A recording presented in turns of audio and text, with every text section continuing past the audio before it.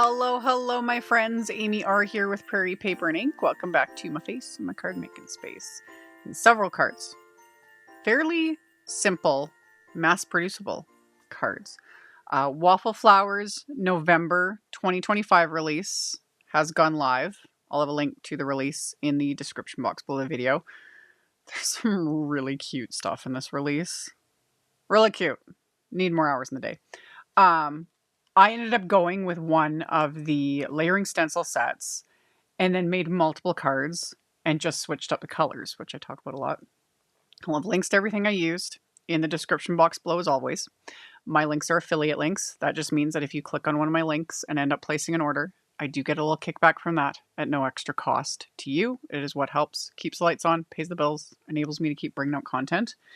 And yeah, stenciling, a little bit of die cutting, splatter, fun things. So I will have a link also in the end screen to my holiday 2025 card playlist that I will just continue adding to as I get videos done.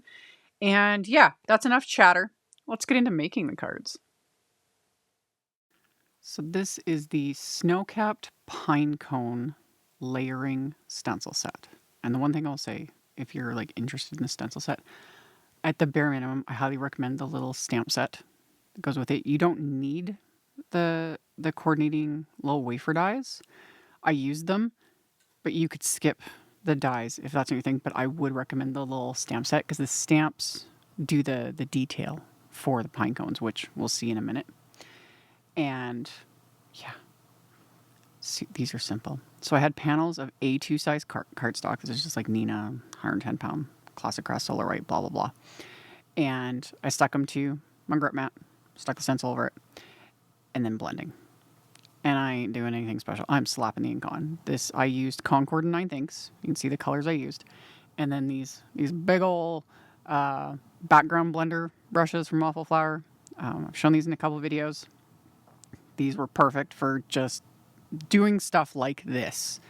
Any big blending brush is going to work. And I did 2 colors on each background. This stencil for just the background. You could just do 1 color, but I was having fun with it. And like I've said with these inks, and it applies to like the Simon Says Stamp Positively Saturated inks. Side note, in between the colors, I clean off my stencil with just isopropyl or rubbing alcohol. I keep it in a big mister bottle, spray the stencil, wipe it off. I do not use alcohol on like my grip mats, my stamps. Do not recommend that. The alcohol can break down that photopolymer. Not a good time. But for my stencils and for like my glasswork surface, spray it with alcohol, wipe it off. We're good to go. So that's how I cleaned in between the colors. You could do them all the same color, but I always like chirp on about like, you just need to change up the colors. So try to follow my own advice sometimes. So that's what I did. I did 4 different backgrounds using the same stencil set, just changing the colors. So back to the inks. These inks smooth out, they dry back a little bit, they soften, and that applies to like these Concord 9th ones, Simon Says Stamp Positively Saturated, the Rainbow Splash line from Simon Says Stamp, and Altenew Fresh Dye inks. There's many other inks that I'm sure do the same thing. The only reason I don't mention them is I don't personally have them to compare, but I've heard nothing but good things, so I'm sure they all work amazingly. So that's why I don't worry too much about like getting a perfect blend. It's like slap that ink on as the ink dries back and softens. It does all the work for me. And with ones like this, it's like I'm going to add splatter anyway, so it doesn't need to be perfect. So I did super speed this up in editing, but it's pretty basic. So I would lay down the first bit of color and then add in just a little bit darker, just to give it that little extra something, because it'll all blend together and just creates a little more depth. So this is another one of those like types of processes that is pretty mindless. You know, it's like just line up stencil, add ink. Don't have to think too hard. And I love that. Anything that requires less thinking on my part is a win. So I did a purple background as well. I could have kept going. You know, it's fun. When all you have to do is just change the colors. It's like, ooh, I if I'd had more time, I was like, ooh, I wonder what this looked like, a red background. That could be fun. You know, black. I did the dark gray, which was fun, but then I was like, oh, I bet black would have looked awesome. It would have. Any colors, really, whatever floats your boat. So finished off with these purples. And then the next stencil does the greenery. And everything just lines up. You can't really see it on camera, but there's, the etch lines and all the things to line it all up. So this one does the greenery. And at first, I did this, and then I changed to make it a little more streamlined. So at first, I blended parsley ink, so my more slightly lighter shade of ink. And then I went in with the regular blending brush and, was it pine? Which I'll show it on screen here in a second. It's a pine green, evergreen is the shade. So this is the OG little blending brushes here to add a bit of that. And then I was like, wait a minute, because then I would have to clean the stencil between each one because I didn't want to, I want those 2 shades of green. So my brain caught up. So I cleaned off the stencil and then I did all the backgrounds first with the lighter shade of ink and the big background blender brush. So put that parsley ink over all of that and then repeat on the last 3 backgrounds. And then when I got to the final background, then I worked my way back with the smaller brush and the evergreen ink. Again, you could skip this. You could just do 1 shade. It looks great. But this is one way to, just add a little bit extra, a little bit of depth. So now I can go in, add that darker shade, and then just stick it on the next background, and repeat. Like everything, when I am making multiples, it's all about just doing everything in one step. So did that first layer in one step. And the only thing with that one was cleaning the stencil in between because I was changing the colors. And then this one, doing all the bits with the lighter shade of green and then going in and doing it with the darker shade. Just saves me cleaning that stencil between each one. Now this part I could have skipped, but I originally was planning on popping up my die cuts with foam and I didn't want that white underneath these pine cones. So this pine cone layer, I blended wheat, like just a brown shade. But in the end, I could have skipped this step completely. But like I said, I was going to pop up my little die cut pine cones. In my head, I was like, oh, I'm going to pop them up with foam tape. So I didn't want the white, to be so exposed and obvious.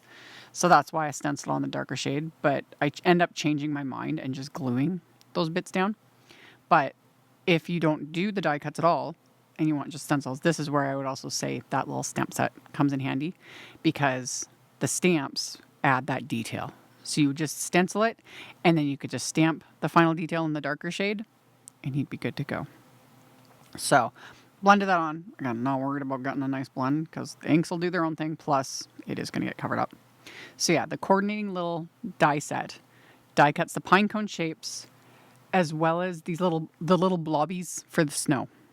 So I die cut the pine cone shapes from bits of Neenah Deserts from Cardstock. And then to add dimension, I blended that same wheat ink along just kind of one edge of the die cut pieces and just worked my way through. Because I did all my die cutting in one step off camera. Like I die cut all the scraps of the Desert Storm cardstock. And while I was doing that, I was also die cutting my little snow blobbies and the sentiments that I ended up using. So I did, just that, the mindless repetition where you just doing everything multiple times. So then did all my ink blending all at once. So just blending all those. And then to stamp them, I just stuck them on my grip mat. I'd stuck these little detail stamps onto acrylic blocks and then stamped these with just a darker shade. And I ain't worried about getting them perfectly lined up. It doesn't matter. I've shown in other videos and other makers have shown you can create little jigs to have everything lined up, and then you could just put your die cuts into those little positions. Some of you might know what I'm talking about. If you have never seen that before, you just have to Google it. I'm like, I know I've shown it in videos. And I thought about that because then you could just line up the stamps in your stamp positioner, your MISTI, etc. But this was fast. I just stuck the die cut pieces to my grip mat and then inked the stamp up and just stamp, and then go on to the next size. So quick and easy and not worrying about it too much. So I have extra die cuts here too, because I did also die cut extras for the insides of the cards, just to give them that little extra something. So stamped all of my little bits. And it was when I had everything like laid out in front of me, all of my little die cut pine cones, my backgrounds, I pulled out the A2 additional piercing layers die. That's another way to like step things up without going to a bunch of extra work. Is your basic wafer dies, your rectangles, your ovals, your circles, etc., having like piercing or stitching details. Love that. So now all of my backgrounds are cut down a little bit, so they're slightly smaller than an A2 size, and they have that little piercing detail around the edge. And this is where I was like, yep, I am not popping all this up on foam tape. I had way too much on my plate. Normally I would, because it just gives it extra dimension and depth, but I had too much going on, and I wasn't in the mood. It was like I got to this point and I was like, nope, don't want to. So instead I just glued everything down. It was fast and easy, no regrets. So this is why I would have skipped then. If I had known originally, when I had, good intentions, that I wasn't going to use the foam tape, then I wouldn't have stenciled the little pinecone layer, but me. And then the little snow blobbies, those I die cut from white glitter cardstock. So just fun. But again, if you don't want to do the die cuts, the last stencil layer, which I'll show in a second, you could use like a glitter paste with that instead. Like skip the die cutting altogether. You just stamp, adds detail, and then that not only does the snow blobbies, but like snow speckles, So that would be fun too. But instead, I'm going to do splatter. So I had adhered everything, trimmed off the bits hanging off the edges once the glue was dry, and then splatter, of course. And this time I just went with this is the Hero Arts white acrylic speckle ink. I've shown it in one or two videos already. And shook it up really well, put it on my palette, put the backgrounds in my splat box, used my fan brush, and added a healthy dose of splatter to all of these backgrounds, and love it. And this is also why I say, I don't worry too much about the ink blending being perfect or things being lined up perfect. Add some splatter. It distracts the eye. That's why, you don't see the little bits here and there. And plus, especially with anything winter or holiday themed, splatter just works even more. It's like meant to be. So did a good amount of splatter on all of these backgrounds, and then cleaned everything up, set them aside to dry. And then as another little just extra embellishment, because I couldn't resist, I love it. This is the Snowflake Background Die. This is an A2 background die, and I just ran it through with white cardstock. But I will eventually, I'm sure, run it through with like glitter paper, things like that. And you just get all these little snowflakes. It's like an instant little embellishment maker. Love it. And then you can also use it as background. So the background I'm going to keep for a future project, because look at it, it's perfect. But I just die cut it, and I wanted all those little bits for my cards. So I just used regular white cardstock for these, since I had the snow blobbies. That's what they are. That's what they are. From now on, they shall forever be known as snow blobbies. Since those were glitter cardstock, I decided the snowflakes just basic white cardstock. Just gives it that little differentiation between the two. So scattered those throughout all these backgrounds, because you can never have too many snowflakes. It's one of my weird little rules. You can never have too many snowflake dies or stamps or butterflies, dragonflies. I can say that about everything. Florals and colors, paint. Yeah. Anyway, this was fun. So I just little dabs of glue and then pressed them into place. And yeah, just kind of zoned out at this point. It's like, let's just add them. So, these would make good little shaker bits, especially the smaller bits. You could use those as little shaker bits too. Yeah, I very much I always like little, like snowflake dies, like ones that have like different sizes and little shapes for things like for little embellishments. And then this is just on an A2 size. So it's like, ooh, you get a background and a bunch of little embellishments. Love it. Love it. So worked my way through adding all these little snowflakes and just a little dab of glue, stick it down.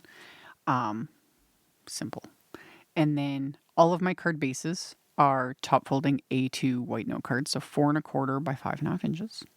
And I used a little sentiment from the Snow Angel Sentiments stamp set. And I stamped that onto the inside of all the cards with just some VersaFine Clair Nocturne ink. And then those extra little pine cones that I had like stamped and ink blended and all that, those will go on the inside above the sentiment just to give it that little extra something. And then once those end up being adhered, I adhered the card fronts to the card bases. And then I'm going to glue the sentiment. This sentiment is not new. I've used it in other videos. This is the Happy Holidays print die. And I had die cut that from white cardstock, white glitter cardstock, glued those together, and then the outline from black cardstock, and did that off camera. So those were all ready to go. Adhered them to my card fronts, let the glue dry, and that finished off all the cards. So, like, it's simple. All of this just repetitive steps. So ink blending, a little bit of layering, die cutting, gluing, splatter, because I love it. Shimmery splatter. Should have added some of that too. You know. Sky's the limit. All the things. So that finished off the cards. Like I mentioned, I'll have links to all of the things in the description box below the video. So you can check that out below if you are interested. Thank you all so very much for hanging out with me, for thumbs upping and commenting, letting them robot overlords know you like what you see. It does genuinely help, and I very much appreciate it. Subscribe if you haven't. I would love to have you. And I'll be seeing you all very soon in another video. Bye. Thank you so much to my amazing Patreon supporters. For anyone that might be interested in joining my Patreon community and supporting me, the link to my Patreon is in the description box below the video. For everyone else, as always, thank you all so much for taking the time to watch my videos, for thumbs upping, commenting, subscribe if you haven't, I'd love to have you. And here's a couple other videos for you to check out in case you missed them. Bye!